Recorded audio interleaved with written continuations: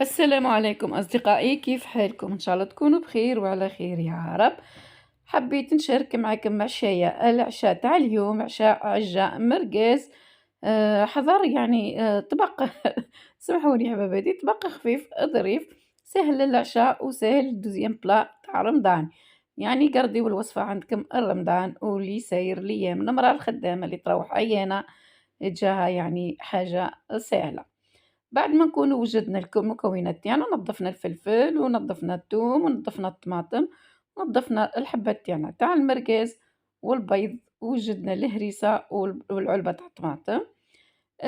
نبداو التحضيرات تاعنا بعد ما نظفنا الفلفل مليح. والثوم نجيبو سنينات تاعنا تاع الثوم حباباتي، يعني اللي عندها سنينات ثوم كبار دير 3 سنينات ثوم كبير، على خاطر يعني المرقاز ديجا أو فيه الثوم خادمينو بالثوم. ومن جهة واحدة أخرى حبوباتي نجيبو المقلة تاعنا التانية، أنا يعني نصيحة ننصح فيها أي وحدة تحب تطيب العجة تاع المرقاز، ما ديرش نفس هذاك الكمية، هذاك المقدار تاع المقلة هذاك كامل تاع المرقاز ديرو فيه حيجاه مشحم ودهن وما يجيهاش مليح. نوجدو المقلة تاعنا تاع الثوم واللي حنطيبو فيها العجة وحدها، والمرقاز نقليوه وحده. هذه نصيحة للنساء الكل وللبنات الكل، يعني يجي خفيف، تجي عجة ولا في الأحلام تجي روعة روعة روعة المذاق. عاينيك حطينا المرقاز تاعنا يتقلى والثوم تاعنا بعد ما ضفت له الملح راني نقلي فيه في شوية تاع الزيت تاعو. ومن الجهة الأخرى رانا نوجدو في الفلفل تاعنا الحلو نقصوه كيما تشوفوا على عينيكم. بعد ما نقص الكمية تاع الفلفل الحلو نزيد نقص الراس تاع القرن، الحبة القرن تاع الفلفل الحار. أنا راني قصيت لها فلفل حار واحد والآخر حطيته على طول، وما نساوش لأن فيها العجة الهريسة. هنا راهو المرقاز تاعنا قاعد يطيب على عينيكم. ما كانش اللي ما تعرفش تقلي المرقاز، المرقاز نقعدو نقلبو فيه حتى يتقلى على عينينا، ما نغفلوش عليه باه ما يتحرقلناش. والوقت في هذاك الوقت ديجا المقلة تاعنا تقلات، هذاك الثوم دخل مع الزيت مع الملح، ونضيفوا له الكمية تاعنا تاع الفلفل الحلو، القرن تاع الفلفل الحار. وراني قصيت واحد أخضر مع الفلفل الحار، وأنا حبيت هكا باه يجينا يطلق هذيك البنة تاع الحرور تجي عجة ولا يعني كيما تاع المحلات. هنا نقعدو ندبلو في الفلفل تاعنا كي ذبال، يكون المرقاز تاعنا قليناه صيبة ونزلناه حطيناه في صحن. شوفوا الكمية اللي نديوها من هذاك العبار تاع الشحمة تاع المرقاز، نديو عبار 3 مغارف برك باش يطلقوا لنا البنة فقط، ما نشحموهاش كامل راهي تجي ماشي ملاحة. يعني نصيحة. هنا رانا نوجدو في الطماطم تاعنا حباباتي نقصّاها كيما شغل رانا حنديرو شكشوكة، نقصّاها كريات هكا كيما هكا. نخليوها بالما تاعها حباباتي، ما تخليوش الماء تاعها يسيح لكم فوق القصّاطة كيما هكا. الكعبة الحبة اللي تقصّاها حطّها في الإناء في صحن بحذاك. نصيحة. هنا راني وجدت الطماطم تاعي، الحبة تاعي تاع الطماطم والنص تاعها، يعني شفتوهم الحبة تاع الطماطم تاعي كانوا كبار.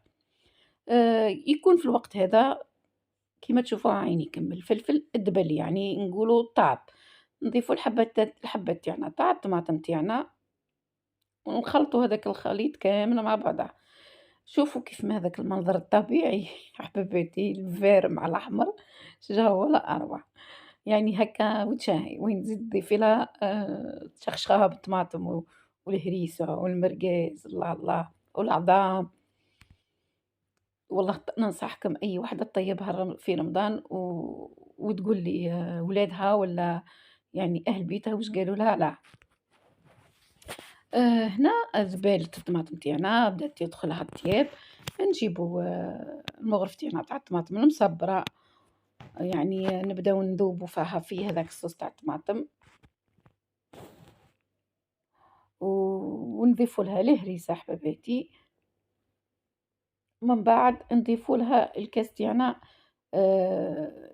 كاس تاع مناض ديروا له نص تاع الماء، ما ولا ديروا كاس تاع مناض تاع الماء باش يعني طيب لكم طياب صحيح، يعني ما نقولكش مثل كاس تاع ليموناد ما يكونش من الكبار خلاه، وضيفوه. أنا تاعي كي صبيتو ما نعدش الكاس، المهم رانا نضيفوا له كاس تاع ما، نخليوها كيما هكا ونضيفوا لها الكاس تاعنا تاع الماء، ونحطها حباباتي نغطيوها ونخليوش المكونات تاعنا الطماطم والفلفل يطيبوا بالقدا، يطيبوا يعني سوا مليح. شوفوا زيما الصوص تاعنا ديجا أحمر ويشهي من درك.